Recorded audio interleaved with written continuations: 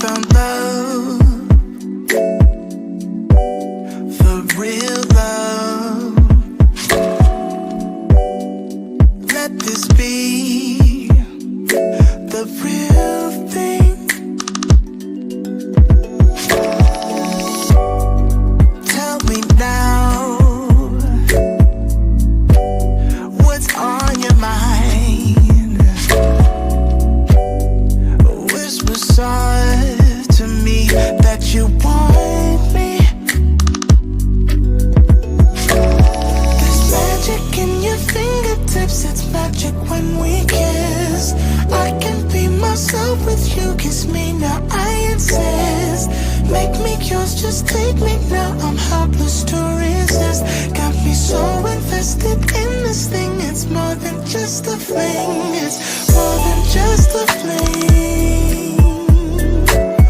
It's more than just a fling. I can't help that it is more than just a fling. Now I know that it's the real thing, the real thing. Take your time, I'm on a high, high. My body yearns for you to touch me. No, there's magic in your fingertips, it's magic when we kiss. I can be myself with you, kiss me now, I insist. Make me yours, just take me now, I'm helpless to resist. Got me so invested in this thing, it's more than just a fling. It's more than just a fling. It's more than just a fling. I can't help that it is more than just a fling. Now I know that it's the real thing, the real thing. Hello, everyone. Welcome to Bella's Corner, where the truth is delivered with love. Thank you so much for joining me. I greatly appreciate it. As you come in, please don't forget to like, comment, share, and subscribe. And don't forget to turn on that notification bell so you don't miss any of my new uploads or when I go live. Ladies, always remember to keep it classy and never trashy. I'm Femininity Coach Bella. Let's go ahead and get into it. Hi, everybody. Please put a 1 in the chat if you can hear me. Please put a 1 in the chat if you can hear me. Hi, Lorenzo. Thank you so much for joining me. Hi, Antoinette. Hi, Femgens. Good to see you, Dread Mike. Good to see you, Wendy Forever. Hello. Please put a 1 in the chat if you can hear me. Okay, great. Thank you so much. Fantastic. So, hello, Ashley. Thank you so much for joining me, dear. Hello. So,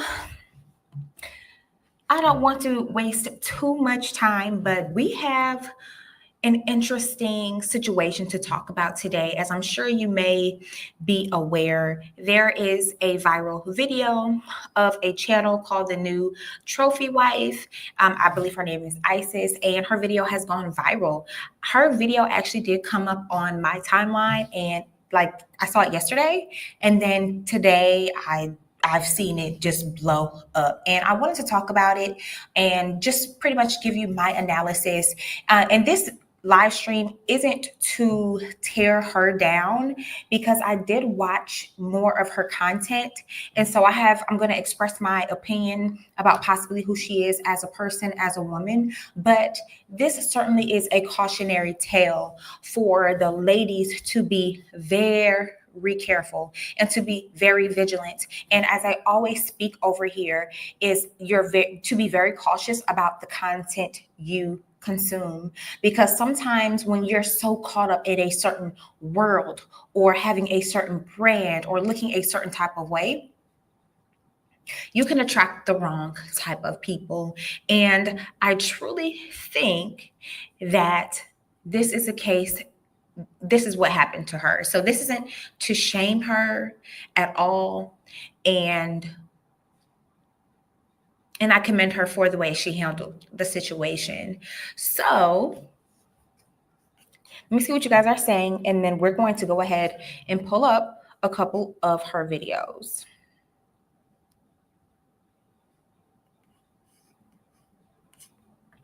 Okay, FemGem says her video popped up. Yes.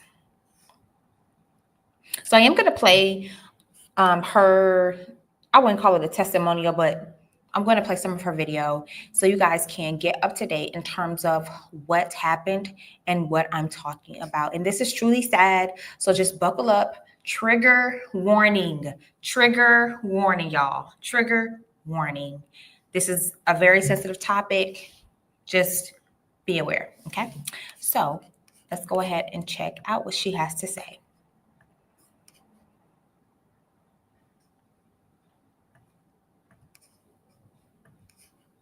Unfortunately, could you guys hear her say unfortunately? I don't want to. Is it too low? You need me to turn it up? Did you hear her say unfortunately?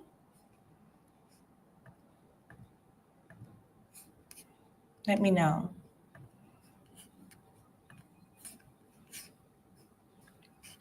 Could you hear her say unfortunately? Let me know, y'all. Okay, great. Thank you, Rack9. All right, so let's go ahead and see about her. unfortunately, it's been a little over a month since I had to end up leaving my husband.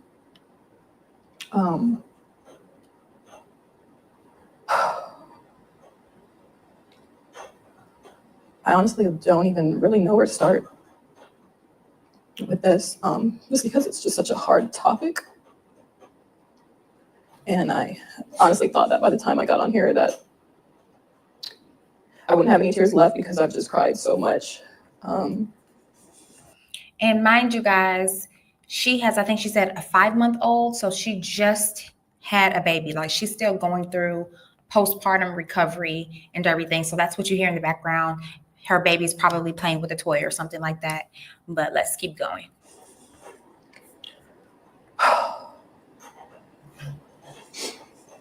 It's like I built this channel and this whole brand around being this man's wife and trying to teach other women how to attract good men and provider men and all these different things. And I truly held my husband, or saw him, as the bar for what every woman should, type of man that, or type of husband that every woman should aspire to have.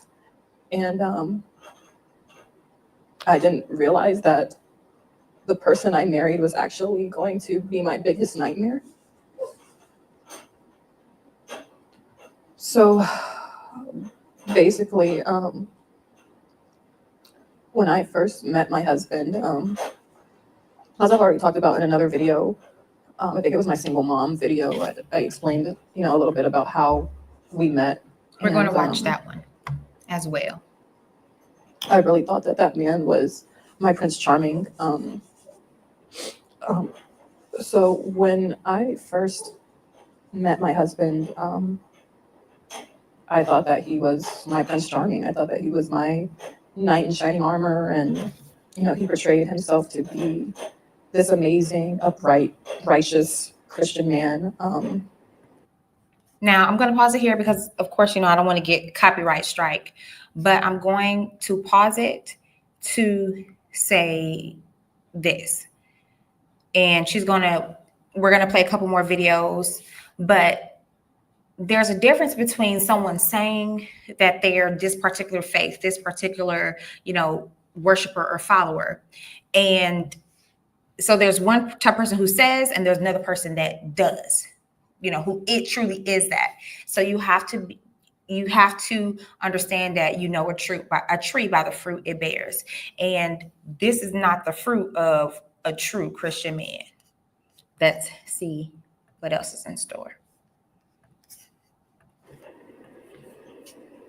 And I believed him.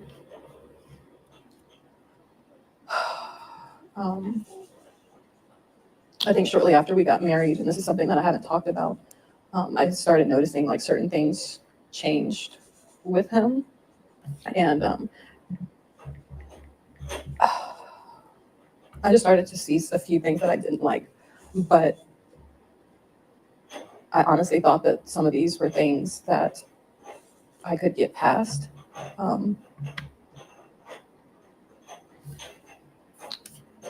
You see that, you all?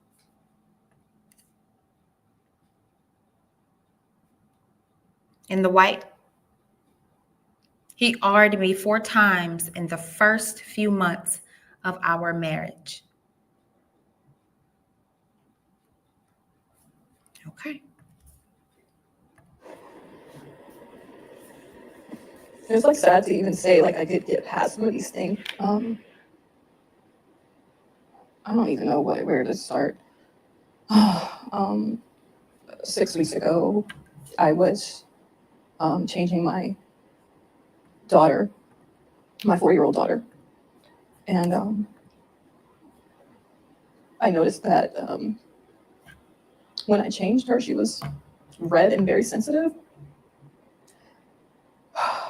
and immediately my first thought was, did someone touch her? Oh God. Gosh. So I asked her, I said, baby, did somebody touch you? And she ended up saying it was Dad.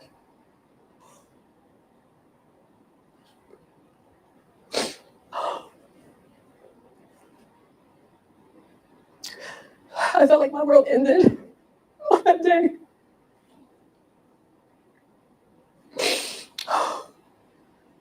My husband wasn't home at the time when she told me, but I knew he would be coming home soon, so all I could do was just say, don't tell him that you told me. And I just instantly started trying to think of how I could get my kids out of the house, because I knew if I confronted him or asked him about it, that he would just lie, and that he would probably just continue to keep doing stuff to her, but just become more covert or more sneaky or whatever. As soon as my Ooh, heartbreaking. husband got home, he was actually picking up the boys from school, my 2 older boys from school. As soon as he got home, I told him that I was going to go Halloween shopping with my sister, because I just needed an excuse to get out of the house with all the kids. And I knew if I said something like, oh, I'm going to the grocery store, that it would be suspicious. Like, why am I bringing all the kids and like packing things, like things that we would need and things like that. So going Halloween shopping was the best thing I could think of to just hurry up and get the kids out of the house. I'm sorry, I had to get myself together. So when I got to the hospital, they basically told me that we had to go to another hospital because they didn't do physical exams like that kind of physical exam there. So a police officer escorted the kids and I to another hospital where they were able to evaluate my daughters. It ended up coming out that he had actually been touching both of my daughters, who are only 2 and 4 years old.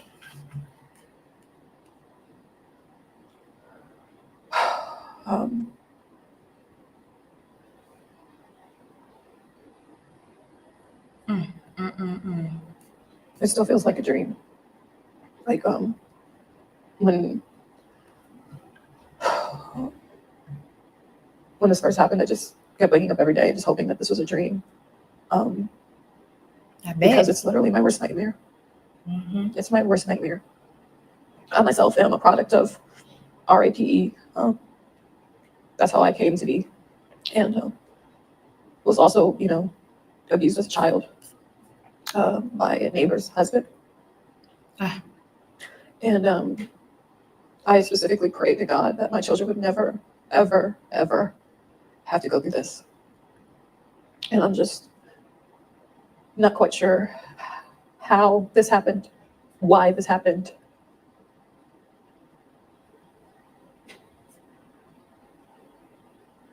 I just don't know how he was able to get away with it and so sneaky.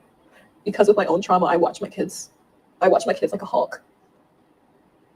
Like, I don't like them sitting on people's laps. None of that. I get it, girl. And he knows how much I cannot stand men like him.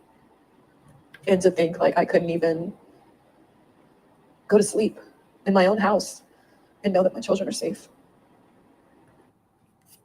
And that's all that we're going to watch from that one. Now, she opens up by saying,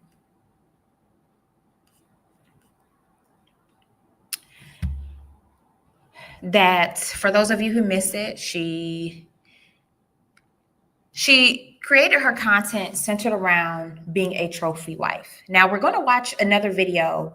Actually, it was her first video in which she talked about how she went from being a single mother to a spoiled trophy wife within a year.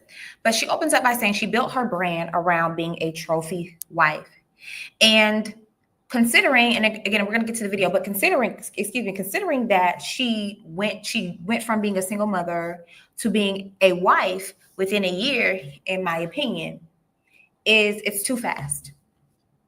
It's too fast, but we're going to get into that some more.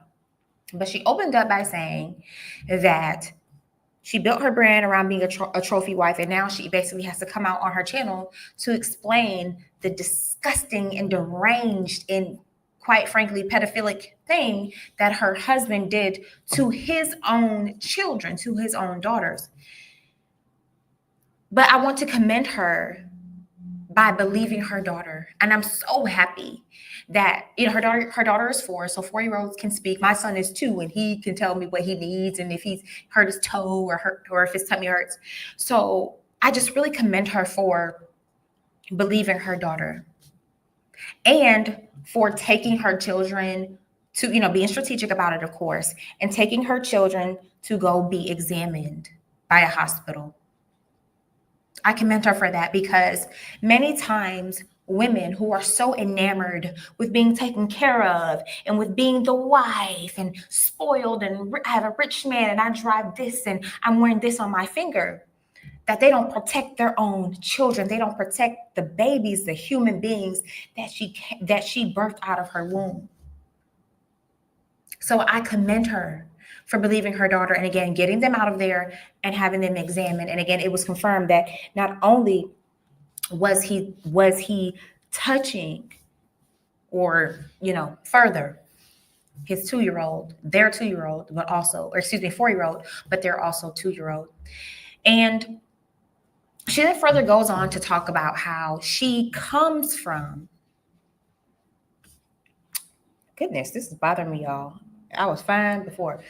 Now, she also came out and was honest about it, and even more vulnerable, where she said that she's a product of being taken advantage of by a neighbor in her childhood. And now this trauma has carried her through, or carried her not through, but to her marriage. And she has found herself being married to a rich man, a man who's going to spoil her, a man who's older and well-to-do, but he's a predator. That trauma has followed her from her childhood, and now that demon has touched her baby girls. How sad. Ladies, this is why I have mentioned time and time again over here that you have to heal. You have to forgive yourself. Now, mind you, ladies and gentlemen, and again, we're going to go to the second video, but she was a teenage mother. She had her first child when she was 17. She's 30. So she grew up in a home that was unhealthy and unstable. She grew up in a single parent household by what she was saying, by what it seemed like she was saying. And she found herself purposefully getting pregnant by her then boyfriend. And again, at 17 years old. Her mother taught her to pick the best breeder, and then society and eventually the content that she consumed taught her to get the richest man. But what about his character? Ladies, it's about healing, and it's about, once you're healed, when you're more aware of yourself, you pay attention to his character, not just his pockets. She admits in another one of her videos that she constantly consumed Miss Shira 7's content. And for those of you who are familiar, she's also known as Sprinkle Sprinkle. That's why I said the fall of Sprinkle Sprinkle content. Because Shira 7 is over there teaching women. They would categorize it as the hypergamy game. And personally, I see nothing wrong with hypergamy if it's done right, if it's done genuinely. But she's over there teaching toxic hypergamy. Shira 7 is over there teaching improper and immoral hypergamy. She's teaching, in so many words, manipulation. And even the Bible says that it is essentially like witchcraft. Jezebel manipulated. Jezebel was a witch. Ooh, Shira 7's a witch. Ooh. Shira 7's over there teaching women how to manipulate men, how to lie to men to get their money, to get him to marry you, to get him to shower you in gifts and trips.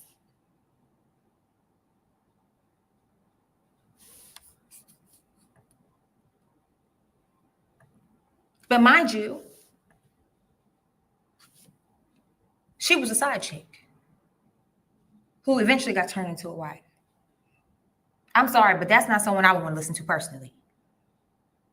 Because I value myself too high. And I know the ladies over here value themselves too high to be no married man's side chick.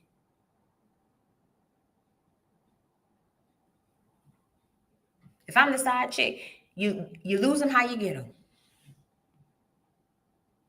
To be a man's side chick, then to become his wife, that means the side chick slot is available. How much do you truly value yourself if you're willing to put yourself in that situation? But I don't want to get too much on a tangent.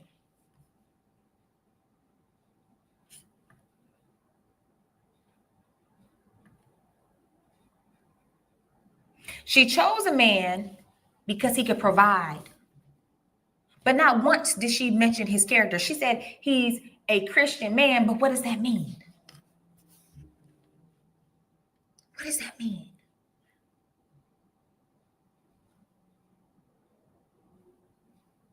I mean, especially nowadays in today's society,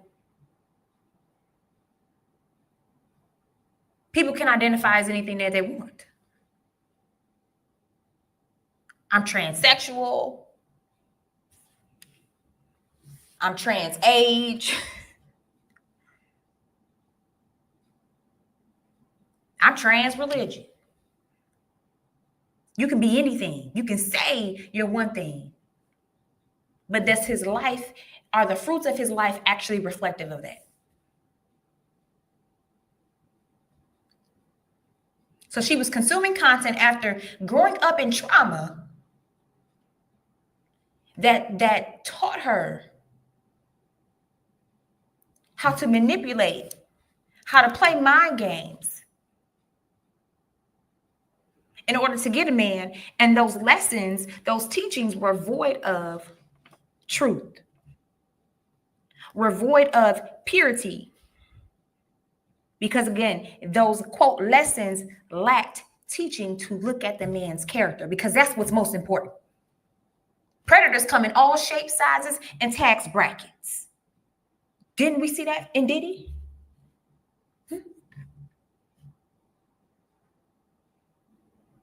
People got Chester the molester in their families. But there are Chester the molesters, again, who make 6, 7, 8 figures. This is why learning and studying a man to see who he truly is in his heart and in his character is most important. Look, there's nothing wrong with wanting a man who can support you and protect you and provide. That is okay. I'm sitting here as a woman who is taken care of by her husband. But his character is what mattered to me first. First. Who he is in his heart.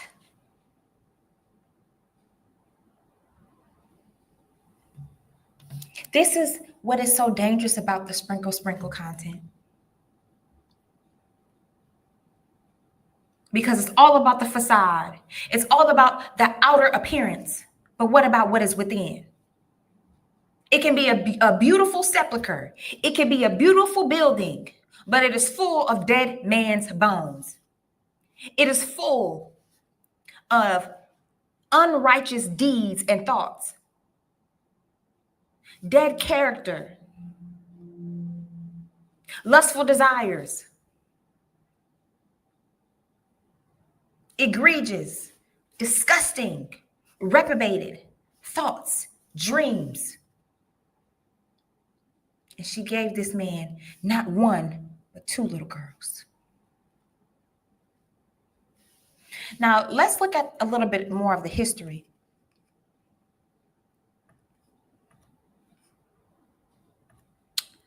Of how she came across this man and how she ultimately ended up becoming his wife.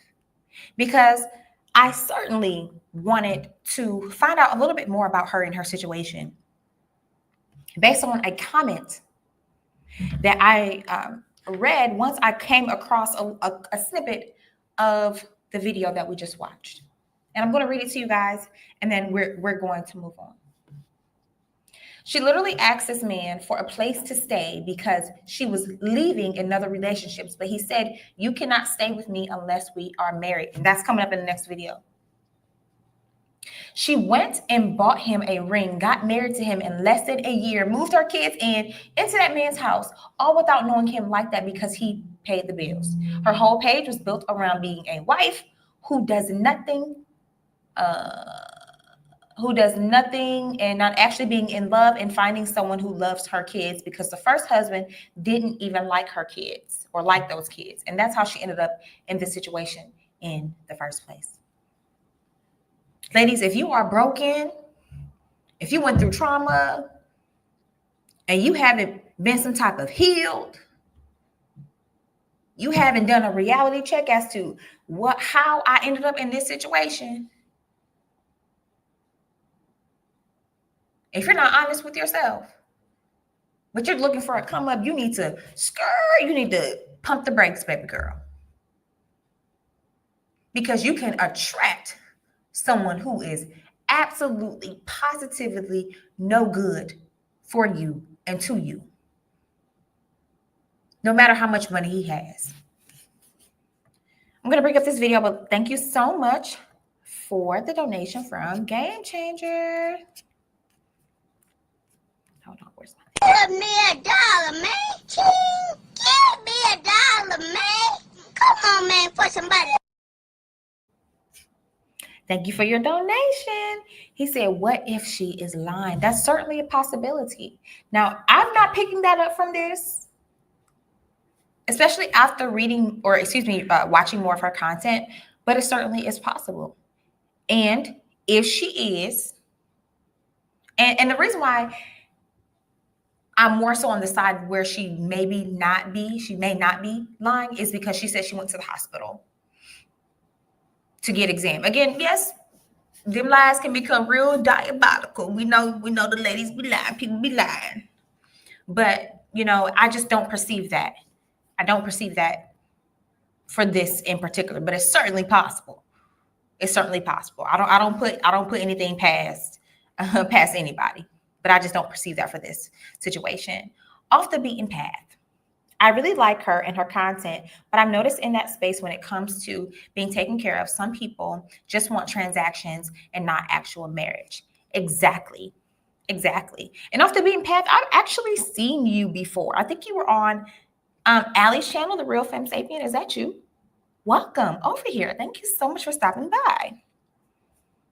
But I totally agree with you because, trophy wife is basically just about like what it kind of sounds like. You're a pretty shiny object that's placed on a shelf that's, being checked on every once in a while, kept in a glass case, being shined here and there, but there's really nothing else left. You're just a hollow item. So there is no love. It's just as long as I'm put up, prim and properly and taken care of, I'm good. I would never call myself a trophy wife. Never. No matter how beautiful my husband always says that I am, and he, whatever. There's more to this thing than just being pretty. There's more to this thing than just being taken care of. It's about being being taken care of is reciprocated. And there's actual love in this. And you get caught up in the echo chamber of this level up content, of the sprinkle content, and I'm only in it for me, and what I can get from him, as she said, the transaction, but not necessarily what I can do for him. Now, again, I'm going to talk a little bit more of what I perceive to be like her character and whatnot based on the videos that I watched on her channel, because she doesn't have many of them. It just seems like she pretty much got married, and then probably like not too long after that, she hopped up on YouTube. At least that's how kind of her channel looks based on the videos that are available currently. We're going to move on, y'all. I promise you. But I'm going to say this. Y'all didn't see me making wife content, relationship content, until I was like a little bit over 3 years in. I didn't just pop up out of nowhere. And I was making content before then. But I did want to pivot on my channel because I still wanted to create content, but I didn't know what to do. I didn't want to keep like breaking my hair off, trying to make all of the, natural hair content and whatnot. I didn't have time. Plus I had a new baby. And so, but anyway, I didn't just come out of nowhere. And the thing that I've always talked about over here, ladies, is character. What does his character look like? And that is something that is severely missing in these conversations on the level up and sprinkle side of YouTube. Okay, share 7. Cynthia G and others of their ilk spew just as much toxicity as Fresh and Fit. So many have been messed up by this woman. Yeah. Completely agree. And I'll thank you for your donation.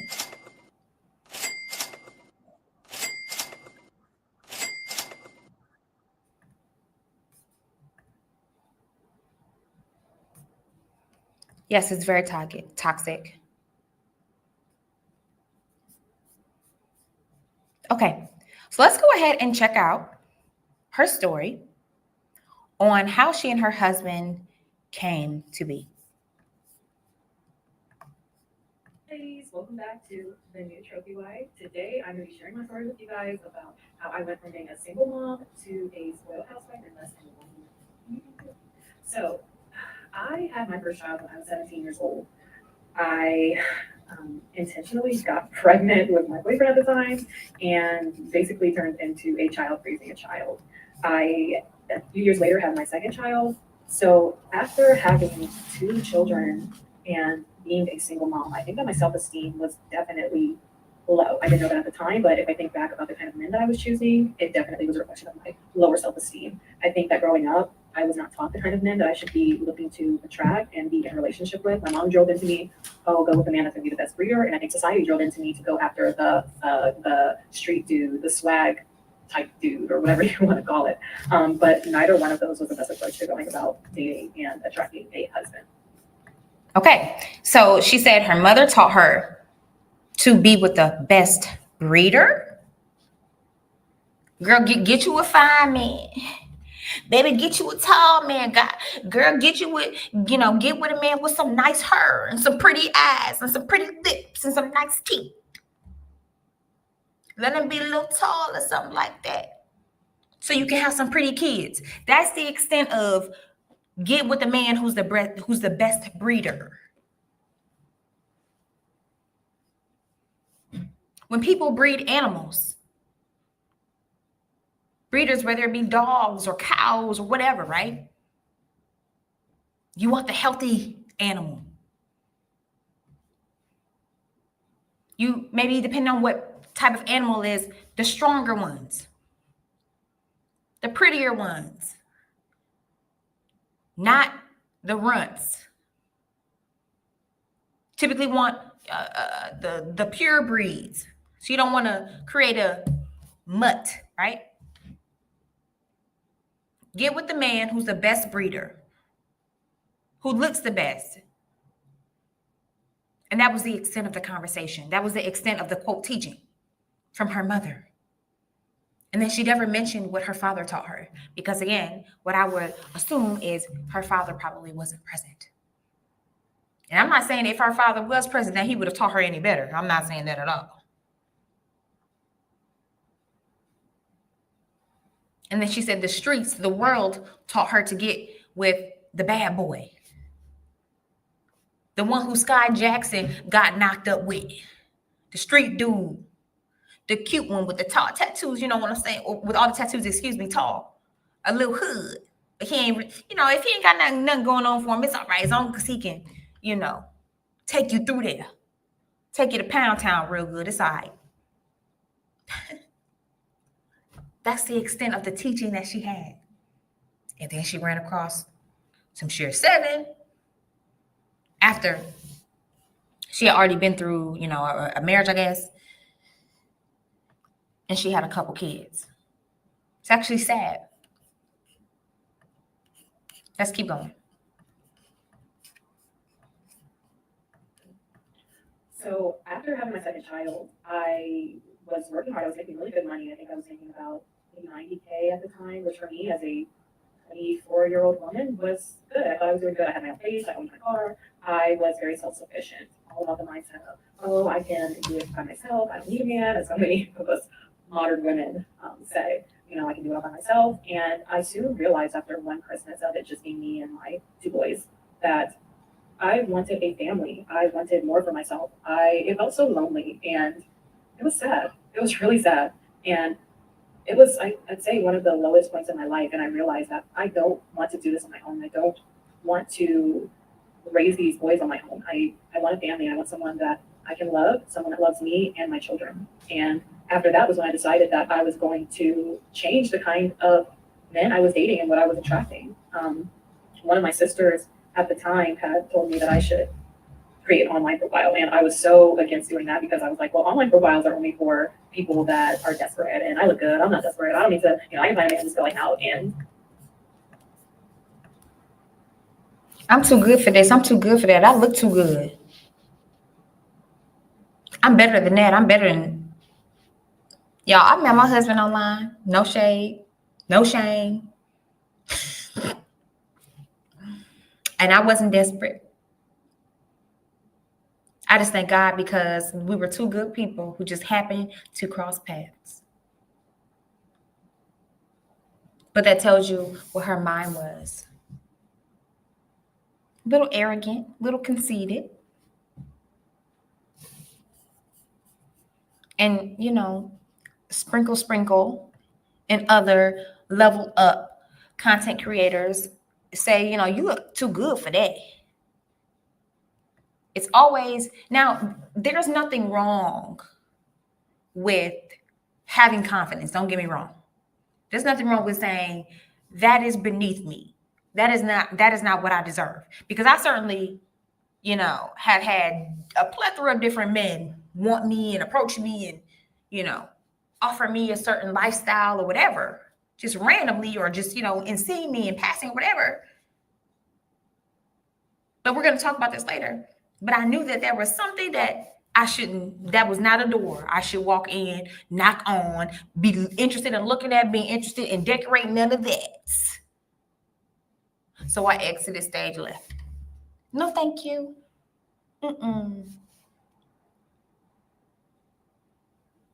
So there's nothing wrong with self-esteem and again, knowing your worth and things of that nature. But I think the level up, sprinkle content,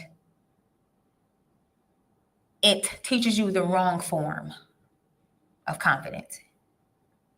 It teaches you to be conceited rather than to be confident. It teaches you to be arrogant rather than to be self-assured. You guys know what I mean? I sure did.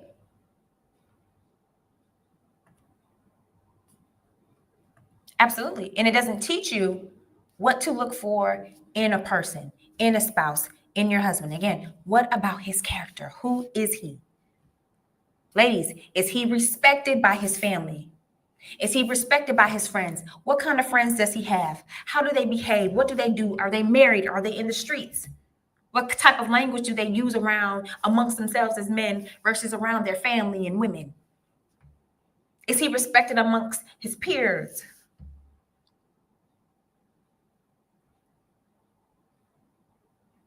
Where is his moral grounding? What was he taught as a child and as a young man? What type of man was he taught to be? What did he see in the home or outside of the home that has caused this man to be who he is today? Does he give to the poor? Is he kind? Is he funny? As I've said before, if you take away his possessions, his chains, his money, his car, even his waves, would you like him? Would you want to continue to spend life with him? What type of father would he be? What type of father does he want to be?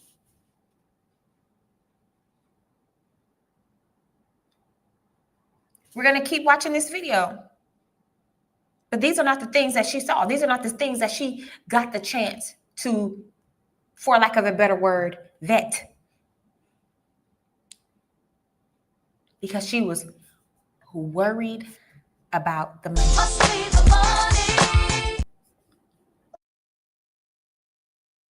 She was too caught up in them pockets. Let's keep going. I was against it at first, and I think I also had a skewed version of what a high value man was at the time as well. I thought that a good mate or the man to go after was the one with the super nice car and a stack of money and the jewels and the chains on with the swag. Like, I thought that was the man that I should be going after, but that was definitely not the type of man that I should have been going after. And I learned quickly that just because someone looks like they have it together does not mean that they have it together. And typically the things that that person is probably doing to get money is not sustainable and probably not something that you would want to be involved in.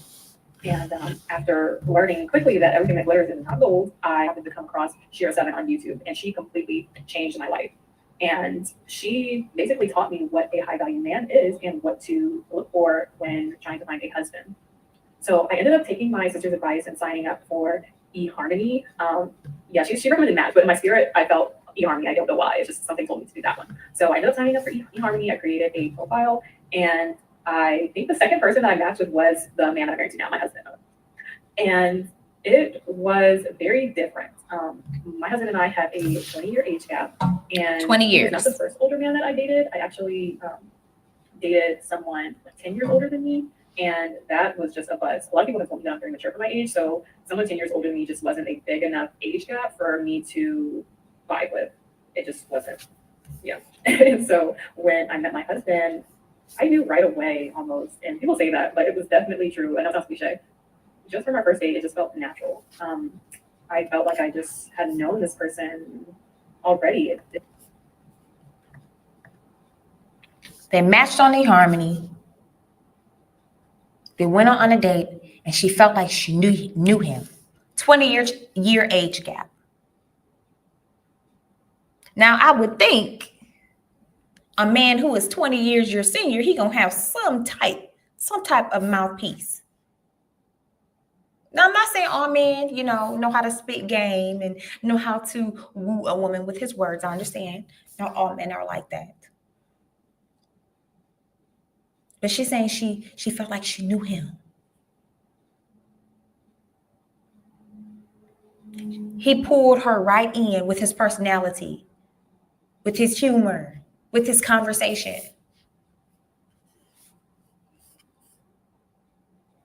Predators tend to be smooth.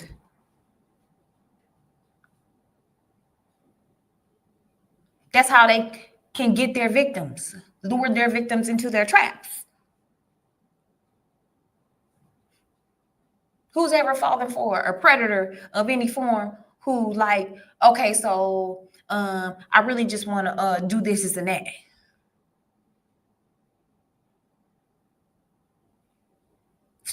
Forget the niceties. Forget me trying to, sucker you in. I just want to tell you what's up. So you're going to do it or what? No. This man is 20 years your senior. He knows how to work it. He knows how to work women. It was so comfortable. So we went to a really nice seafood restaurant, and it was great. It was an amazing first date. And mind you, I think we both were kind of just dating different people at the time, and that's definitely something that I recommend if you're looking to, find a husband. It's not just dating one person at a time. It's not good to call your thing basket, but we had a great first date, and I think he ended up asking me to be his girlfriend on the first date, and I said I would think about it.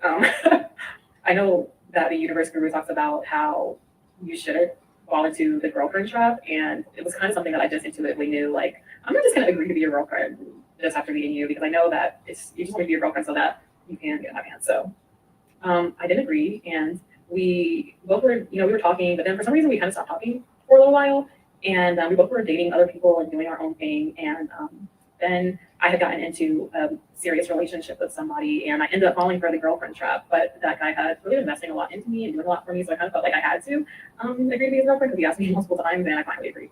So after me and him broke up, well, let me rewind. So we ended up breaking up because he just didn't really vibe with my oldest son, who was 5 at the time. I could tell that he was really just putting up with my kids. He didn't really embrace them. Sometimes, we as mothers can tell, like, someone's just being nice to our kids for the purpose of being with you, and they're not necessarily invested in your kids themselves. And that's what I felt like from him. So it just didn't feel good. It didn't feel like a family, the kind of family that I was wanting. So I ended up breaking up with him. Yes, sir. And welcome, welcome. Yeah, I agree that is a huge accusation. Let me come back. That is a huge, huge accusation. And she says she took her children to the hospital to be examined. She did not mention filing a police report, but I truly hope that she did. She said she didn't make the video until a month after she came to this discovery. So hopefully in between, and then she mentioned Halloween shopping. So this happened sometime right before that. So, that was she took a few weeks posting the video. So prayerfully, she certainly went to the police, because that man should be under the jail. Okay. But I certainly agree. I really hope that this is not fake. I really do. Because that would be absolutely and utterly disgusting. But let's keep on going. And we were living together. And I just packed all my stuff and left. And it was crazy because the next day, my husband, my now husband, reached out to me and was like, "Hey, how are you doing?" And I told him, I just got out of a relationship, and I kind of told him a little bit about why. And he was telling me, like, "Oh, those are my boys," and he had genuinely really connected with my kids, and he was not the kind of man that was just being nice to them to get to me. Like, it was very genuine, and that was one of the things that I really loved about him. That was something that stood out about him versus the other men that I had dated, was he really embraced the fact that I had children because he wanted children. And so, he...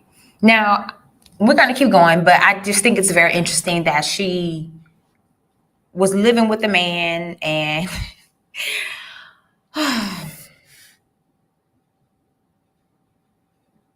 she needs a father. She needed a father.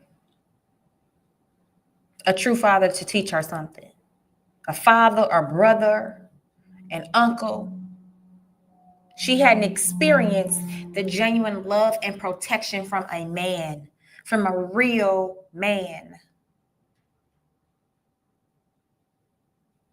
So she's hopping in and out of relationship, shacking up with one, shacking up with another, having baby by one. She never experienced the true love and care outside of being in love, the romantic love of a man. So she kept finding herself in these sticky places and situations. He was talking. My lease was going to be ending very soon, which is why I went ahead and moved in with my person that had became my ex. We started living together, and I told my husband, I was like, "Hey," I was so embarrassing to him. I was like, "I need a place to stay because my lease is ending, and I just broke up with my boyfriend, and even if it's just for a couple weeks, it's okay. That's why I look for somewhere else, because I had planned on needing to find somewhere else." And he was saying, she's asking a man who she just met if she and her children can move in with him. Now, it's one thing if it's just you, but you and your children, the small people who you are supposed to protect, bad decision. Absolutely horrible, horrible, horrible, horrible, and reckless decision. And well, if you're going to live with me, it's going to be as my wife, not as my girlfriend. And I was like, well, how spontaneous are you? And he laughed and he said, very spontaneous. So then I was like, right. So we started entertaining the idea of getting married, like immediately. And I, didn't want to get my hopes up. So I just said that, he's saying all these things, but I'm going to see what action he takes. And so I had just got paid and I was like, okay, we seem like we're really talking about seriously entertaining the idea of getting married. So I'm going to go and get the wedding ring. We were talking about getting married like the next week. And he was out of town in Colorado. So we hadn't seen each other. This was all talk over the phone over FaceTime. So I went and got his ring. I think I paid like $300 for it. It wasn't like a super flashy ring like the one he has now, which is completely a lot better. But I went and got his ring. And the next time we talked on FaceTime, I was like, I did something. And he was like, what did you do? I was like, I got your wedding ring. So he was like, you did it. Show me. So I showed him. I said, yeah, I actually did it. I don't know if you were really being serious, but we're talking about getting married. So I had a really bad habit of like spending money. And I was like, if I don't get the ring now, then I'm not gonna get it. So then I got it. And Did you catch that? She said she has a really bad habit of spending money. She loves money. The love of money is the root of all evil. The love of money. No financial discipline. She was making around $90,000 a year. She had 2 kids, and she was finding herself broke. Finding herself unable to move out of her ex-boyfriend or whatever's house and to move to another place in the meantime, so she can be the one who supports them. That is a red flag. She makes bad spending decisions, probably driving around in a vehicle that she has no business driving around.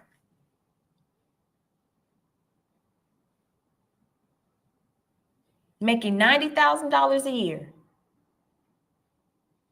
but you can't even take care of yourself. You can't even ensure that you and your children are stable enough without a man.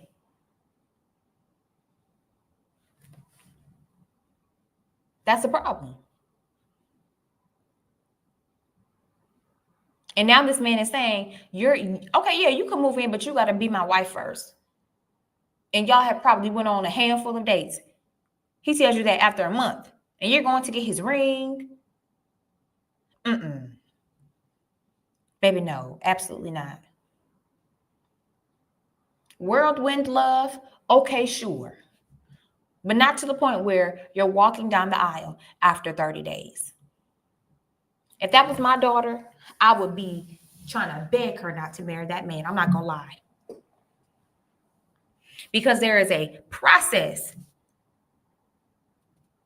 that must happen that takes time in order for you to be able to examine who this man truly is. She doesn't know who this man is. She's about to marry him, hasn't met his family. At least I would assume so, because she hasn't mentioned it. Hasn't met his family, hasn't met his friends. She doesn't know who this man truly is. And now you're about to marry him?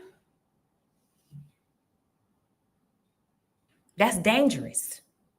That is unwise.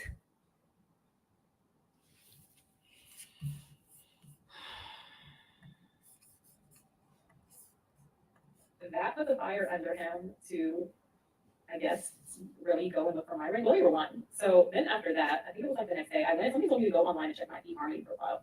So I went on there and I saw he updated his picture. And I was like, oh no, this dude is playing around. Like, I'm glad I didn't spend a whole bunch of money on this ring. Like, he was just playing. And I screenshotted it, sent him a picture, and I said, it doesn't seem like we're on the same page. So yeah, I'm done with this. And he texted me, he was like, or he tried to call me, I didn't answer. And he texted me and he was like, no, I'm serious. I am going to marry you in caps. And I think that evening he like ended up going and buying my ring. Yeah, he went and bought my ring. And the ring that he got me is not the ring I have now. It was a nice ring, but it wasn't nearly as big as the rock that I'm currently sporting. But when he showed it to me, in my head I said, it's not about the ring, it's about the marriage. And I definitely think that that's something that you ladies should keep in mind, is that if a man's going to propose to you, don't make it about the ring, because that can really turn a man off and make him think that that's all that you care about is having a big ring, when it's more important to have the marriage. And I knew that in my heart. I was like, all right, I'm not gonna say anything about the size of the ring, you know, still a nice ring. I'm gonna take it and we're gonna get married. So we ended up getting married the next week. Everybody was shocked. I randomly called my mom, my grandmother, hey, I'm getting married in a few days. We got married at the courthouse because I told him I don't need a big wedding. I'd rather spend that money elsewhere. And we had a really beautiful wedding reception in DC at a really nice restaurant. It was gorgeous. So yeah, that is how I ended up getting married. But I think that also something that I want to let you guys know is that becoming his wife and really being the kind of woman that could just get a ring like that took work. At that time, I had really become a better version of myself, a better version of the woman that was dating thugs and living in some kind of secular lifestyle. I had to become the kind of woman that a man would want to be around his colleagues and his mother, and be the woman of adding value to them, just like standing next to him. But yeah, I know it's kind of a interesting story, but I also helped two of my sisters to get married. They both got married in less than a year as well. So I'm really good at knowing how to get women the ring. Okay. And then she mentions how she has a course. Okay. So that's the end of that. So please continue to tell me, you all, what you think.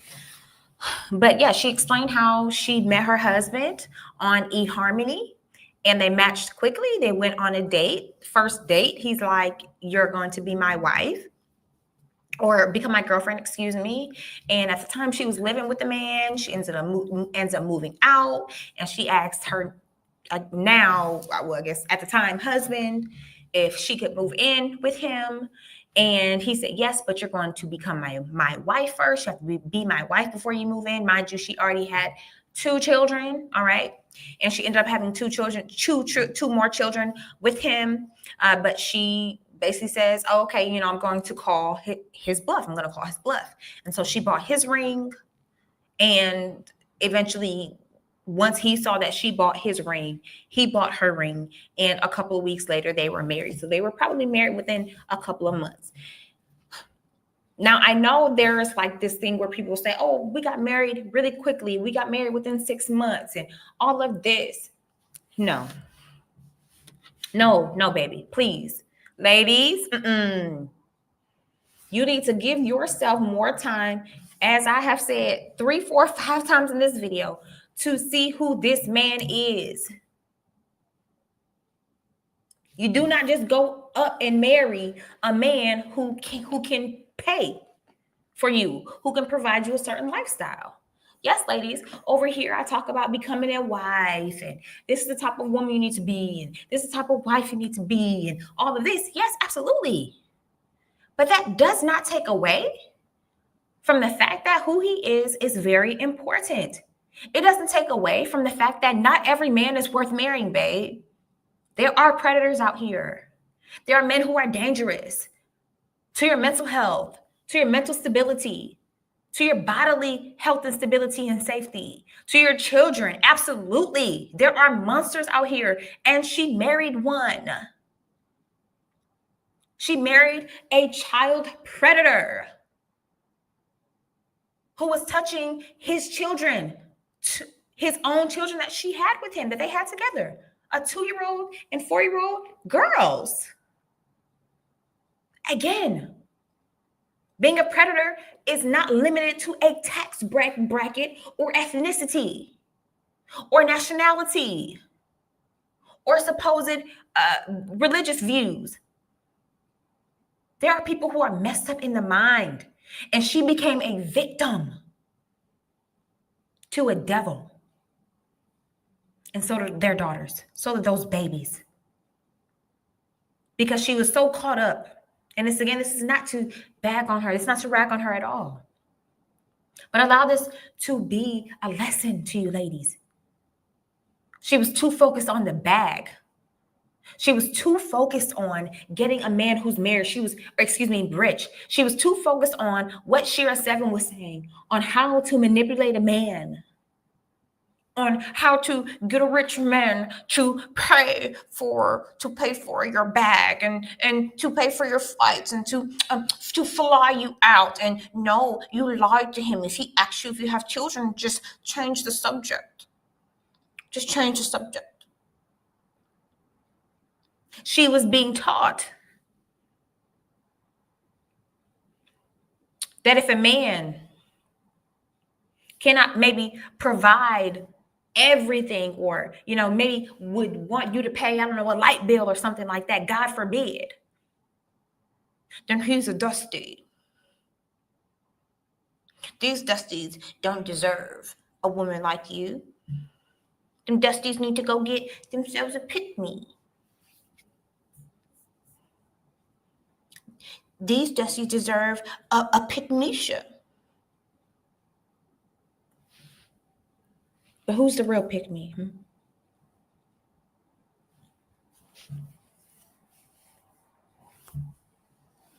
They call women like myself a pick-me. But I've been picked by a man who's wonderful, a wonderful provider, a wonderful father, great husband. But before he became that, he was a good man, a good, honest, integral man who protects women, who protects children, who protects the elderly, who cares for them. It wasn't just all about the bag. Because the bag don't matter what a person's fetishes are. A bag don't matter what a person's demons are. Green don't discriminate. Paper don't discriminate.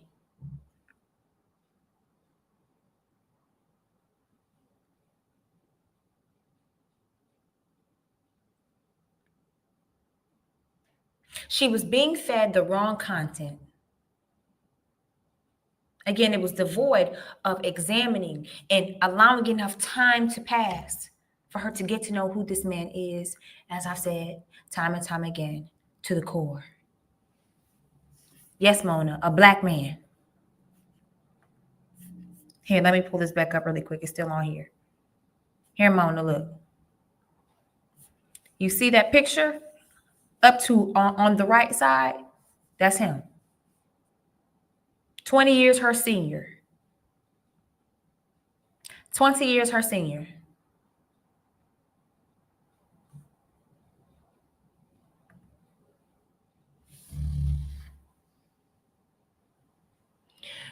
If you want to attract a rich man, then you need to wear a wig. Rich men don't like natural hair. Put on some makeup and some eyeliner. Rich men only like certain type of women who look a certain type of way. You need to get rid of your Michael Kors bags. Go to the rich town and pay attention to the bags that the rich women, the rich white women come out wearing. They're wearing they're wearing Louis Vuittons and Tony Burgess. But what about the character?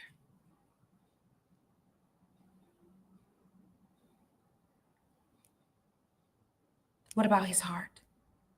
Does he have a heart for people? Does he care for people? Does he care for you?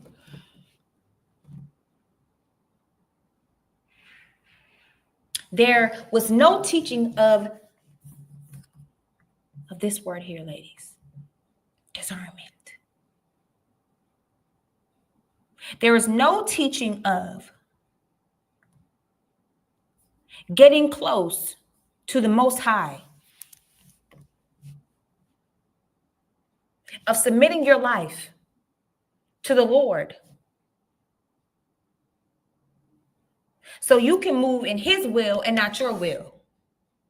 So you can move in patience and wisdom and clarity and not moving in a way that only glorifies your wants and your fleshly desires. Because even she said it in that video that we just watched. Everything that glitters is not gold. She said in the first video that we watched that she said her husband changed within the first few months that they got married. Mind you, they got married quickly within a couple months.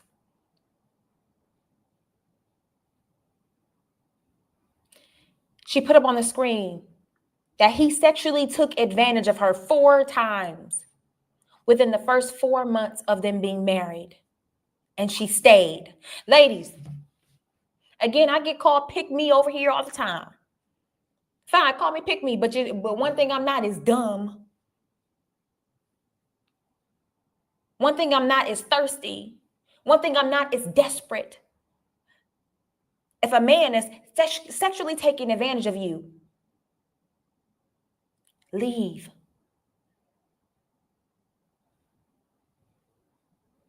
Don't stay. Don't be silly.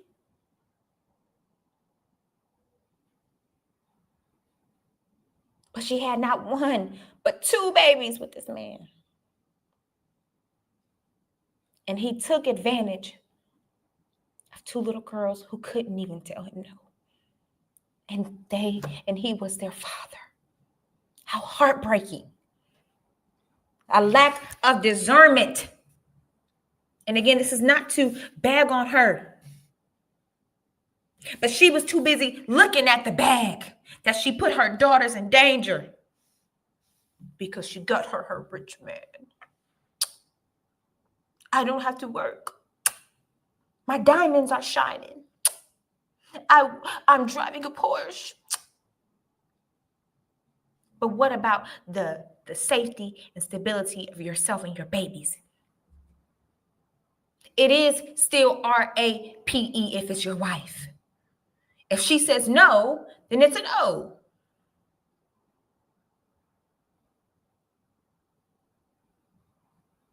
So any man who's saying, well, it's not that.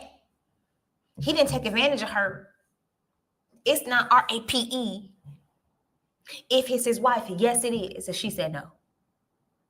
Don't be weird. Don't be perverted. Don't be reprobated.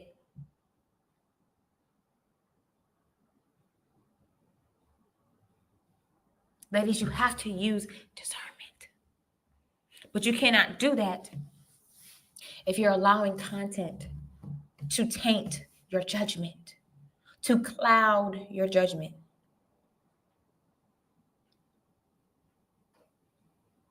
And unfortunately, I think this is what happened with her. She mentioned earlier in the video that we just took a look at, where she said something about marriage should not only be about the diamonds, it shouldn't only be about the ring, but also about love. And so that caused me to think that she is someone who desires to be loved, who desires to be wanted. But she got caught up in the wrong crowd. You know how people say, wrong place, wrong time? She was in the wrong place, wrong time every time. Discernment was way off. Discernment, ladies, is like this. How many of you have done land nav before? Shout out to the Army. I've had to land nav quite a bit. Definitely not my favorite thing to do. Definitely not. Who's familiar with land nav?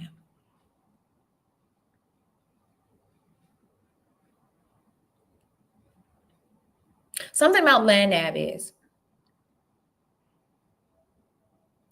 especially when you're doing it for real, when you're out in the woods and all you have is a compass, a map, you have a route plan that you wrote prior to. Maybe it just depends on how it was facilitated, unless you're doing it by yourself and not regulated. You've got a compass, you've got a map, maybe a protractor. You have a starting point And you have each point. And it's very easy to get off course when you have your azimuth, when you have the direction in which you are supposed to be traveling, but maybe you drifted off a little bit more to the right than you should have, or you drifted off a little bit more to the left than you should have, then that can literally, completely throw you off course. You were supposed to get here,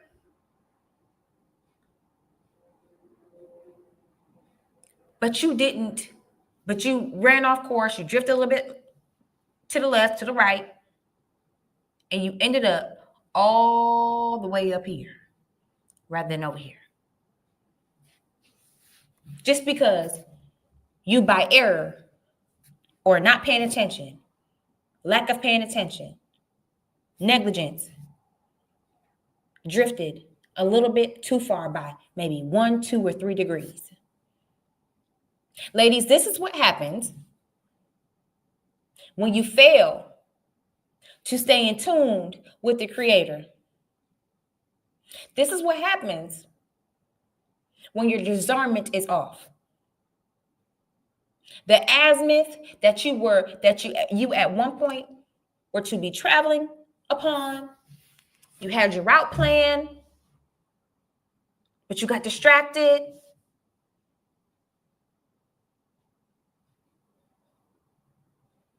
You were 1 or 2 degrees off, and you ended up in a creek.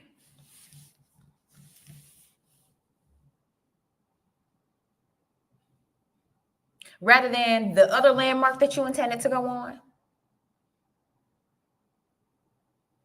You ended up in a whole nother direction, in a whole nother area, in a whole nother situation than what you intended to be on.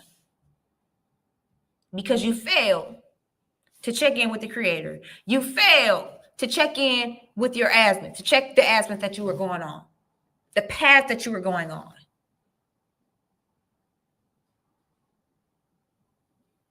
That's what happens, again, when your discernment is off. That's what happens when you're too busy seeking pleasures, gratification, materialistic things, rather than the intangibles, again, like a man's character. This is how she got to where she is. She had no one in her life to guide her right. As we saw, her mama didn't teach her. Her mama said, get with the finest man you can to make babies with. Her daddy wasn't there, so he wasn't there to teach her. The streets taught her to get with the gangster, to get with the man that Sky Jackson is pregnant by at 22. And he ain't no good.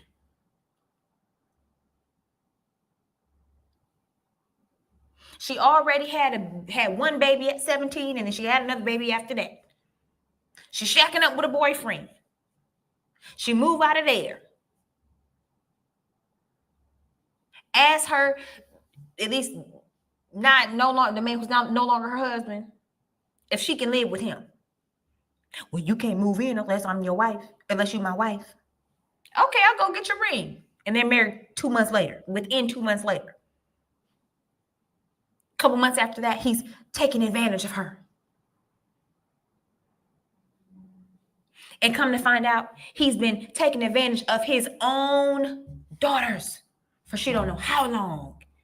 And now her world is shattered because it was built on a faulty foundation of materialism. Trust me, Sheila 7 popped up on my timeline too, babe. Back in 2013, 14, 15. And I was following her. Watched her a couple of times and never stuck with me personally. It never stuck with me. And her content didn't resonate with me personally. But I could have been caught up in this same boat. But this shows you how important Male guidance, true and authentic and caring male guidance is for everyone, for men and women, for boys and girls. This is why the Black community is just so broken, so tore up from the floor up, y'all.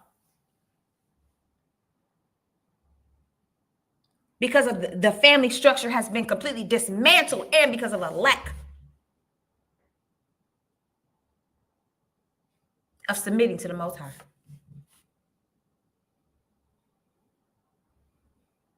Women want to be men. Men want to be women. We have gone away from traditionalism and, quote, the patriarchy.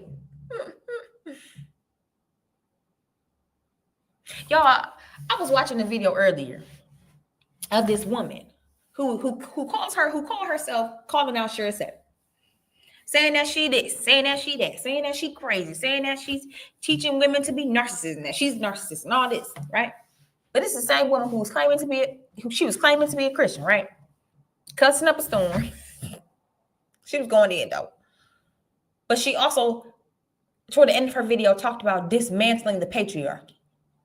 Now, she talked about God. She talked about Jesus, right? The Bible, scriptures, earlier in her video.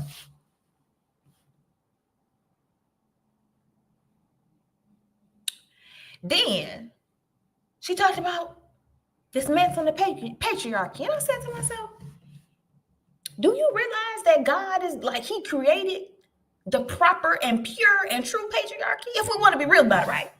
God, man, wife, children, like, that's a patriarchal system. That's the patriarchal hierarchy.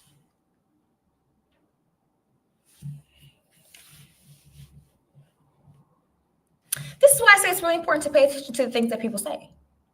Because many people are contradicting themselves. Many people who have these huge platforms, they be loud and wrong, be contradicting themselves all up and down, and teaching the women in particular, because y'all know I'm a woman, the wrong things, inappropriate things that are going to lead them down a path of misandry.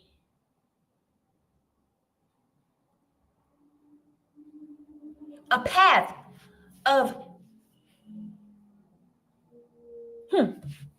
self-hate. I was going to say misogyny, right? Because there are many women who are teaching other women that they can essentially, in so many words, be a man. So you're hating the fact that you're naturally a woman, so you have natural abilities, you have natural emotional inclinations. Women, we want to do the more easier work, work. We don't want to be out here slaving, doing the hard jobs, scary jobs like men do. Jobs with more risk. We want to be more safe in our work environment and things of that nature. That's natural. But there are women out here who are teaching women that women's natural inclinations are wrong. Wanting to be a mother is wrong. Wanting to be a wife is wrong. It's okay, Auntie, take heed. One step at a time. Just like how you can, change the way you're eating, one food at a time. You can do it. And I've heard you say, I'm trying not to curse. I'm trying not to. So that's the first step. I just thought it was interesting. And you don't speak against the patriarchy either. You don't contradict yourself. At least I haven't heard you contradict yourself. I just thought it was an interesting observation that I made from the lady in the video. I want to talk about you. I want to talk about you. Sorry, you guys. I kind of went on a tangent. My bad. But I hope that this is going to be the fall of the sprinkle content. Now, I do have one more of her videos that I wanted to share with you guys because I thought it was interesting. Because she did briefly share her views on not only Shira 7, but she mentioned the late Kevin Samuels. So let's go ahead and take a listen.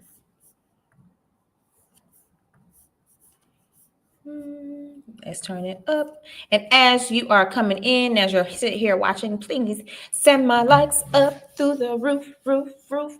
Send my likes up through the roof, roof, roof. Send my likes up through the roof. Like the video. And please share. Okay, let's see what she has to say here. And this video is called Gender Wars. Shira 7, Kevin Samuels, Just Pearly Things, and the Universe Guru, and more. I think it's necessary to talk about this because there seems to be this war going on between the Manosphere and the other side that they like to call modern women, but to me it's just women. I don't know. So I wanted to call attention to the two what I would call leaders of these movements. One being Shira 7 and the other being Kevin Samuels. As you guys know, if you've already watched my other videos, that Shira 7, her teachings changed my life. And I would not be where I am today without her teachings. She is really helping women to realize their worth and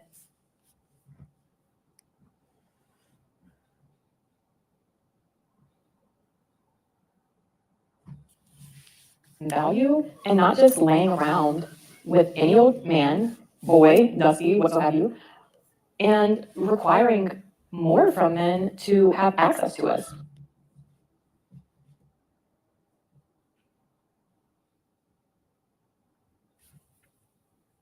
It's all about the paper. It's all about the money.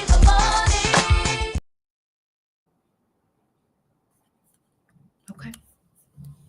Which I think is really something that was the standard years ago. So what she's teaching is something that has been practiced longer than what's going on right now in the world, or at least in the Western world here in America. And I think that is truly a blessing to have someone like her showing us that we don't have to accept less, that we don't have to settle for bare minimum when it comes to men, especially if you look good. How many women are accepting the bare minimum from men who did not even deserve to be in our presence? Especially if you look good. But what about your character, ladies? What about your values within? What about your self-control, your femininity, your discipline, your wisdom, the insight you can provide to a man, the intangibles that you can give him as a wife, the intangibles that you can provide to children and to him, like nurturing? What about those things? I mean, but if you look good, it's all about the money and it's all about the appearance. Over here, we don't talk about being a trophy wife. We talk about being the best wife for the man who you're with. I'm trying to be the best wife for the husband that I have, not the best wife for any man.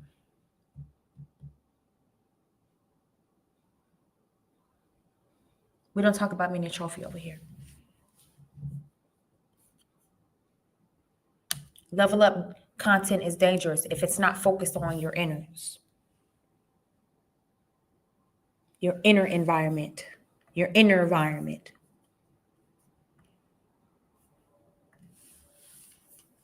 Teach you some discernment. Encourage you to get back close to the one who knows all, so you can be guided to the right person, to the right man. So yes, I love what Shira is doing, teaching women to know their value, to know their worth, not to settle for just any old thing, not to be sleeping with men who have not invested and allow us to rest more easily in our femininity. So I can't stand when people come on my channel saying anything negative about Shira, because Shira is our hypergamous queen. I mean, she has changed so many women's lives.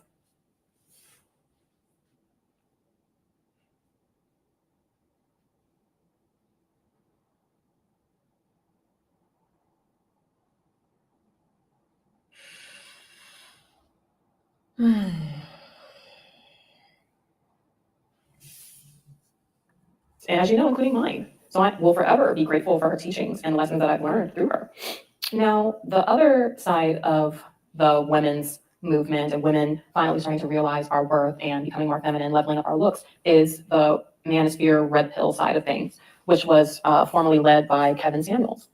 Now, I didn't discover Kevin Samuels until after I was married. And I discovered him before he actually became viral with the Average at Best video. And, you know, his channel grew insanely fast. There was so many men that, you know, loved Kevin and were rooting for him and believed in his message. And when I listened to Kevin Samuels, I learned a lot about the way women see relationships and the way that men see relationships. I learned that we rate ourselves and each other differently than how men rate us. And that was illuminating to me. I like how receptive she was to Kevin Samuels. That certainly speaks on who she is as a woman. It does. Says a lot. So talked about the importance of staying in shape and being fit and how that can either work for you or work against you in the dating market and even in a marriage. He had me, you know, making sure that I'm keeping my body together and I'm, you know, staying just as good as I looked when my husband met me, you know, not falling behind or slacking on my fitness. Very good. And I think that so many women hated Kevin Samuels because of the delivery rather than the message. I think there's so many of us that grew up without a father, and therefore it's very hard for us to accept certain messages from men, especially from Black men. My husband is Black, and, you know, some of the women that work for him, the women that are Black women, have a harder time letting him lead because he's Black. And that, you know, is just something that goes on in our community. So I think that had a lot to do with why so many women hated Kevin Samuels. And it's so funny to me when I get comments, people spewing Kevin Samuels rhetoric in my comment section, and I'm just laughing to myself because they don't even realize that I agree with a lot of his message. He talked about how men should be paying the bills and should be providers. That's the same thing Shiva says. And that's the same thing that has been happening for years before the age of feminism. Now, yes, that's true, but she took a little bit. Didn't I talk about an azimuth earlier, y'all? She took a little bit of a turn. Because his main message to women in particular, well, there were several messages.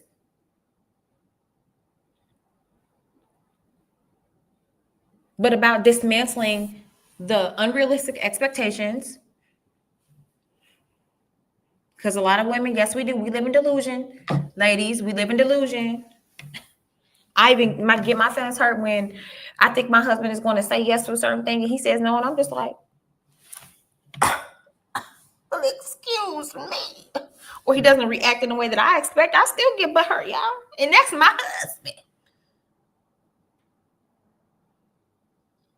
So, you know, women, we can act up. We know how to act up a little bit. When our delusions get hurt, get crushed, get checked, we don't like that. Kevin was dismantling delusions left and right. No shame, okay? No sleep. And they were tuning in. So he wasn't only talking about how a man should provide. He also talked about what type of woman you need to be or have to be for a man who would do that. A lot of the women who called in, my husband wouldn't even look at if he were single.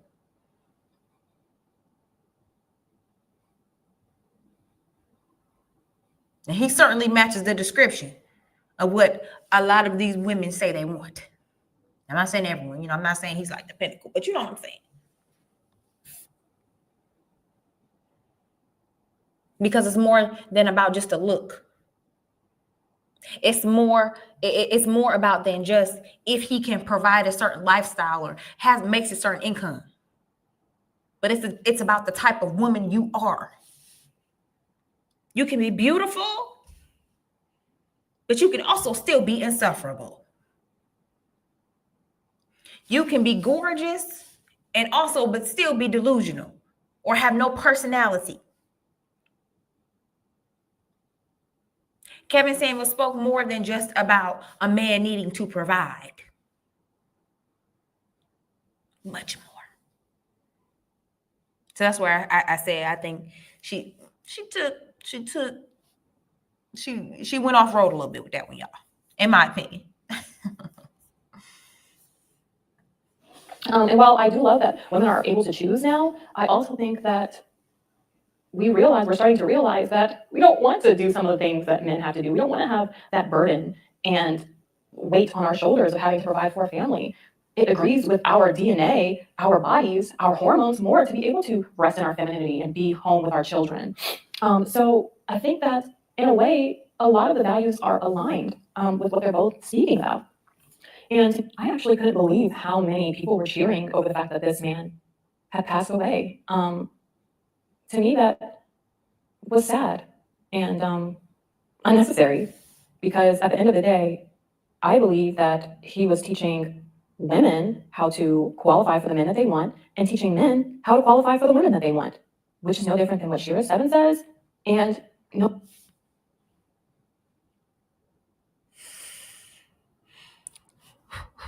different than my own personal beliefs. So I did just want to come on and kind of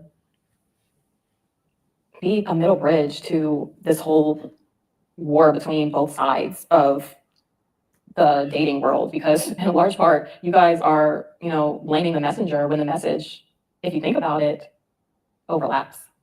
So yeah, that's all that I want to say today. And if you're one of these women that are coming in my comments and speaking negatively on Black men, you will get blocked, because I have nothing negative to say about Black men. I'm married to a Black man. I'm raising Black sons, and you won't ever hear that coming from me, okay? And if you believe that you're not the kind of woman that Black men want, then go where you're valued. I mean, I really don't get it when people come on here and are trying to put their 2 cents in the comments, but then when I go on their page and their channel, they don't have any videos. Don't try to come on my platform and elevate your opinion if you really. Okay, girl. No, I ain't mad at you on that one. I ain't mad at you on that one, because I'm raising Black sons too.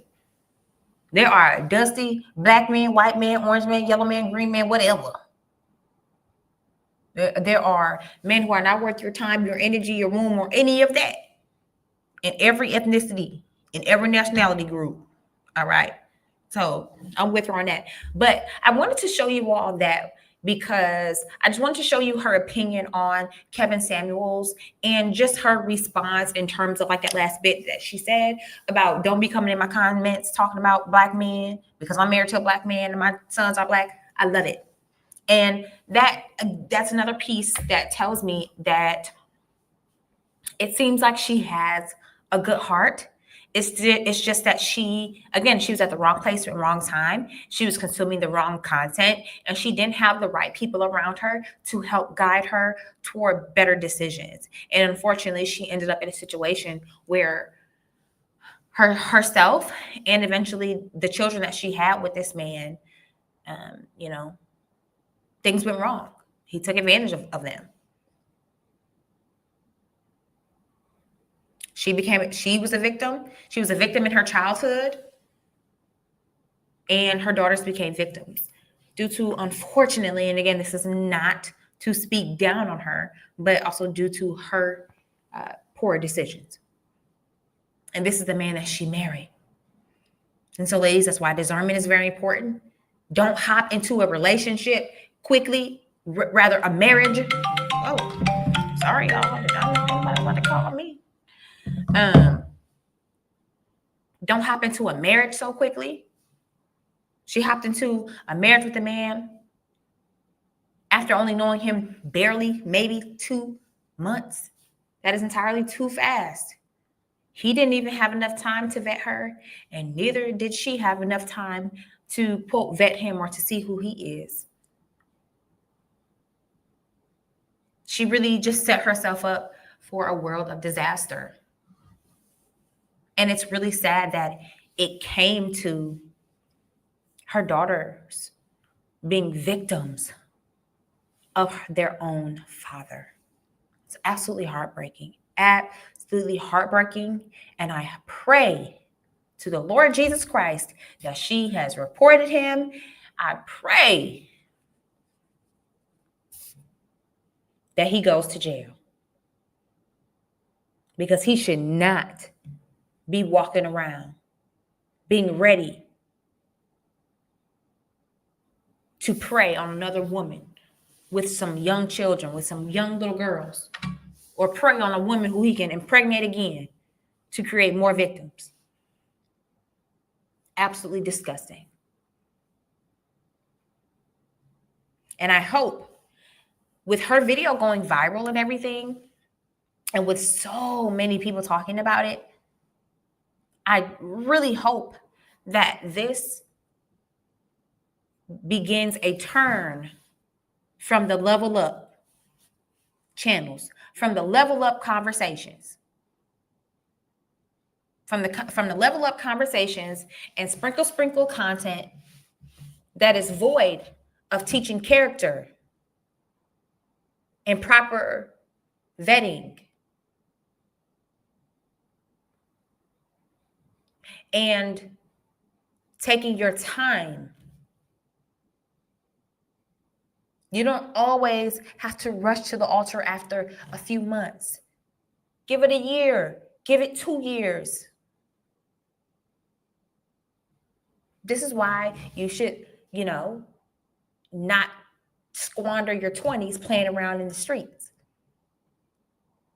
Because if you meet a good man, but he decides to vet you for a couple of years, you still have your time. You still have your youth. I met my husband, if you're new here, I met him when I was 22. We now have our 3rd child on the way. My husband is 8 years my senior, and I'm 28 now. We have been together over 5 years. I'm so happy I didn't waste my time, and I am college educated. I'm so happy I didn't waste my time. I'm so happy I didn't fall into the trap of, this Black girl, Black woman empowerment, Black feminism train to think that I should wait until my 30s to get married and to have children and to just play around. I'm so happy I didn't do that. And I'm with a wonderful man, and I thank God for him every day. But even coming up, ladies and gentlemen, coming up, I always exercised discernment. Even when the boys at the schools that I went to, when I knew they was probably on the block here and there, on the weekends or at the school. Or if I knew they were buttholes, jerks, athletes, and they just so into themselves, arrogant.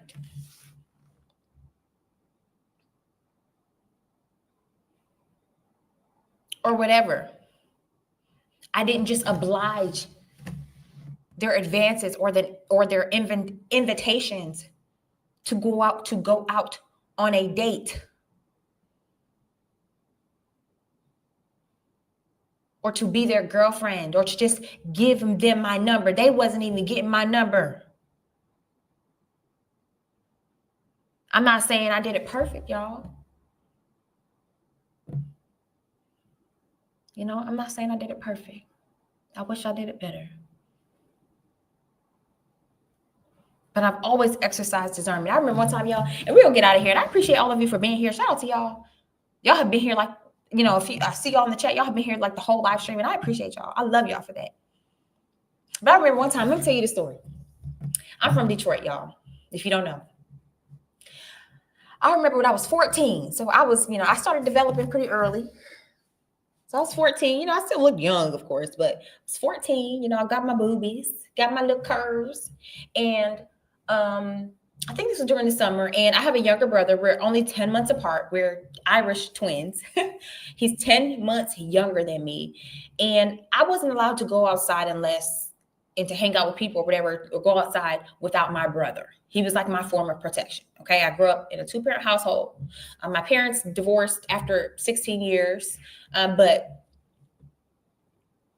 at the time my parents were married. So, I went outside and my brother, he wanted to go like with some friends or whatever. And I was on Facebook at the time and I had met this ugly boy, y'all, on Facebook. Would text him and talk to him at night, sneak at night to talk to him and stuff. And he was nice to me. And I was 14. I hadn't like dated or anything like that. So, it was kind of like the first boy who had like given me attention, I guess. And y'all, I lost my house shoe. Where my house shoe at? Oh, here we go. And so nonetheless, he lived not too far away and from me. And so there was a park that was not too far away from the house. And so my brother went to like go chill or whatever, do whatever with his friends. And I went to go meet up with this boy at the park. So I go to the park and, he meets me there or whatever. And he popped my bra through my shirt. And, he was kind of like holding me tight. I was 14. He was 16. Let me say that. I was 14 and he was 16. And nonetheless, it kind of made me feel uncomfortable because I wasn't doing stuff like that. Like I was not exposed. Like I was very innocent. I was church, I wasn't used to that stuff. So I wasn't used to getting touched up on, especially like that. At 14, no 14-year-old should feel comfortable with that stuff, So I just it was a little off-putting, but I was like, I'm gonna go with it, I'll be talking to him, whatever. And so he convinces me to come back to his house with him. And I'm like, okay. So we're walking to his house. So this is further away. So my house is over here. The park is like right here, pretty close. And then his house is like somewhere across the street. Like I used to live by a hospital, St. John Hospital. I think it was St. John. He lived like across the street and like, I guess in the neighborhood across the street, like across the road, you guys. And so we were walking, and then so my mama had a P2 Cruiser at the time. And y'all, when we were on our way, when we were walking, I thought I kept seeing my mom's car. And I started getting a little paranoid, like, oh, I'm gonna get caught. I don't want to get in trouble. You know what I'm saying? Like, I don't want no problems with my mom or my daddy. And so I ended up turning around. I said, you know what? I'm gonna go home. And I thank God because I think that was going to be the day that my virginity was going to be taken had I went. But I just thank God for the Lord sending a whole bunch of cars that looked like my mom's car and the fear of my parents because I was vulnerable. I was innocent, and it's like the first little boy who was really giving me attention. And so I turned around on my way home. So he ended up, he went home or whatever, I guess. And I'm on my way home. And there ended up being some man who pulled up in a driveway in front of me, going in the direction that I was going. And he pulled into some random driveway and got out the car, y'all.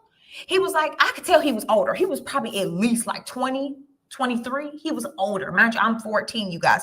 14. He gets out the car and approaches me, but he stopped like at a certain point because we were on like a road, not a main road, but enough frequented road. And there were homes, there were like houses on that road. Like if you've been to the east side, you'll kind of know what I'm talking about. Like you got the main roads and then you got the kind of residential, not residential roads, you know what I'm saying? So we were on one of those. And he kind of approached me, and he was maybe about 3 or 4 sidewalk like separations away. He came up to me, and I remember he had on a white shirt and some jeans, and he had a car, and he pulled up. He got out of the car and was like, hey, how old are you? And I had stopped. When he got the car, I stopped. And I'm right, y'all.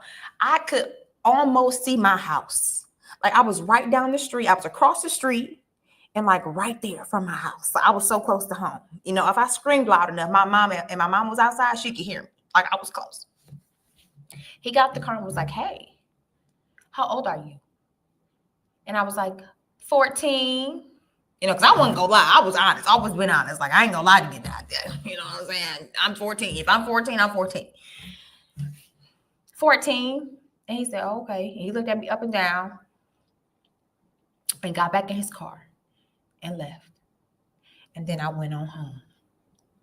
Y'all, and only 2 people know what happened. My brother and my husband. So y'all know tonight. Now y'all know about this story now. it's on the internet. But I think that was going to be a day that could have changed my life, that could have changed the trajectory of my life severely. I truly think that. And so many people have events and moments in their lives, in their childhood, in their upbringing, in their young adulthood. And I'm not saying it's just limited to that, but people have moments in their lives that are good, really awesome, or even super traumatic, that change the trajectory of their life, that causes them to make, that essentially follows them and causes them to make poor decisions. I was definitely protected, Chavez, definitely.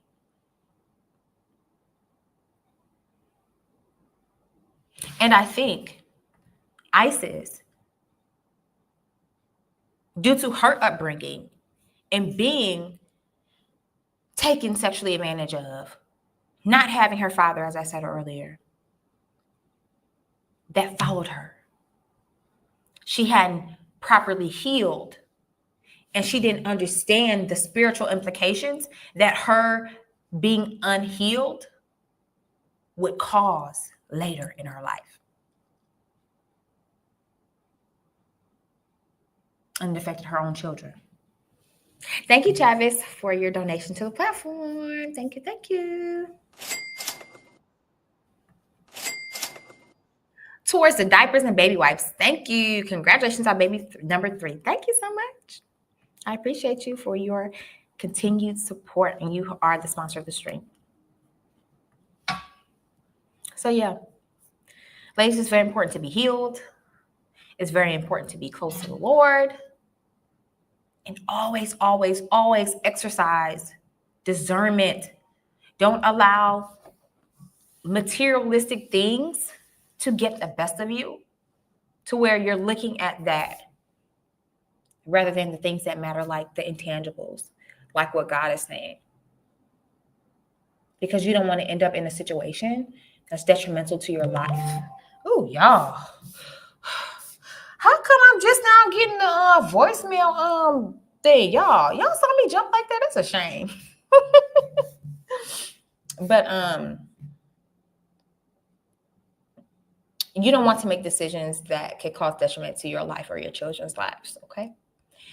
But that's all I got for y'all. I appreciate you guys for staying. Shout out to all of you. Shout out to Dr. Steele. Shout out to Dread Mike, Future King, Chavez, Daniel. Shout out to all of you. Off the Beaten Path, Auntie Take Heed, Jay Great. Give it 3 years. I completely agree.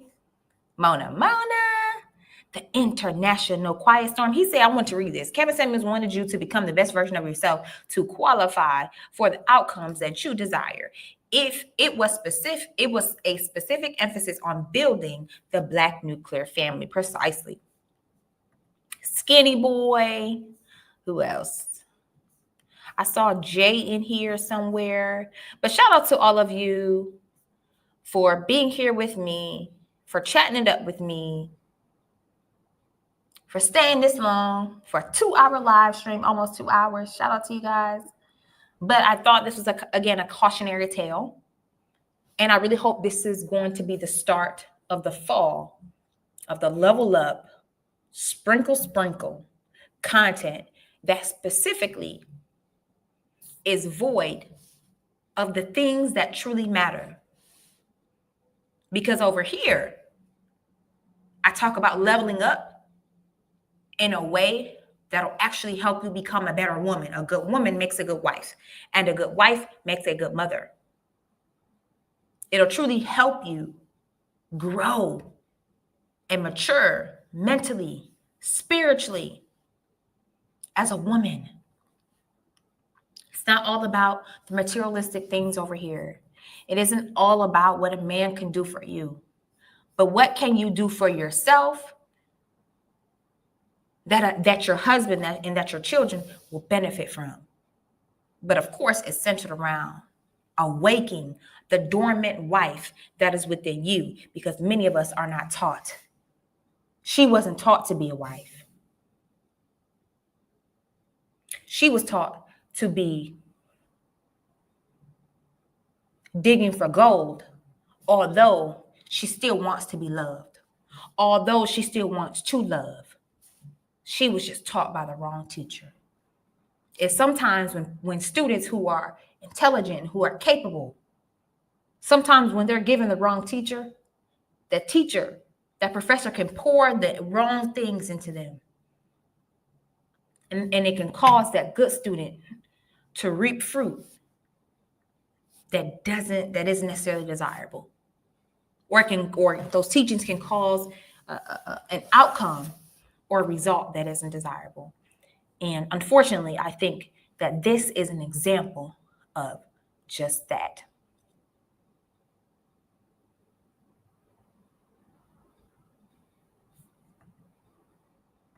So, again, I appreciate all of you for being here. I love you. The truth has been signed, sealed, and delivered by yours truly. If you like the content you see, then please don't forget to like, comment, share, and subscribe.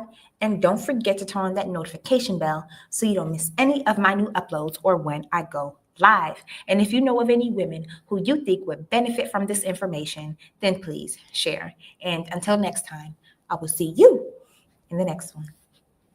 Bye-bye.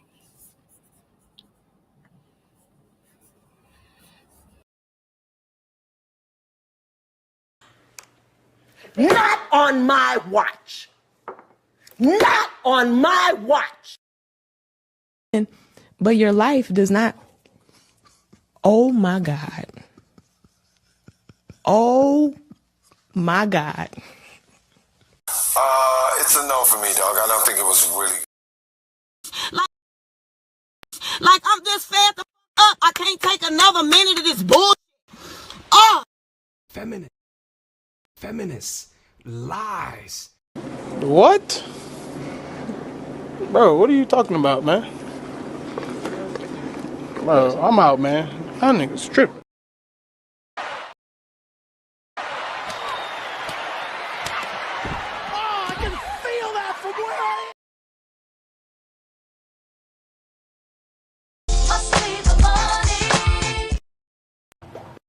I'm not engaging in this conversation with you anymore, thank you.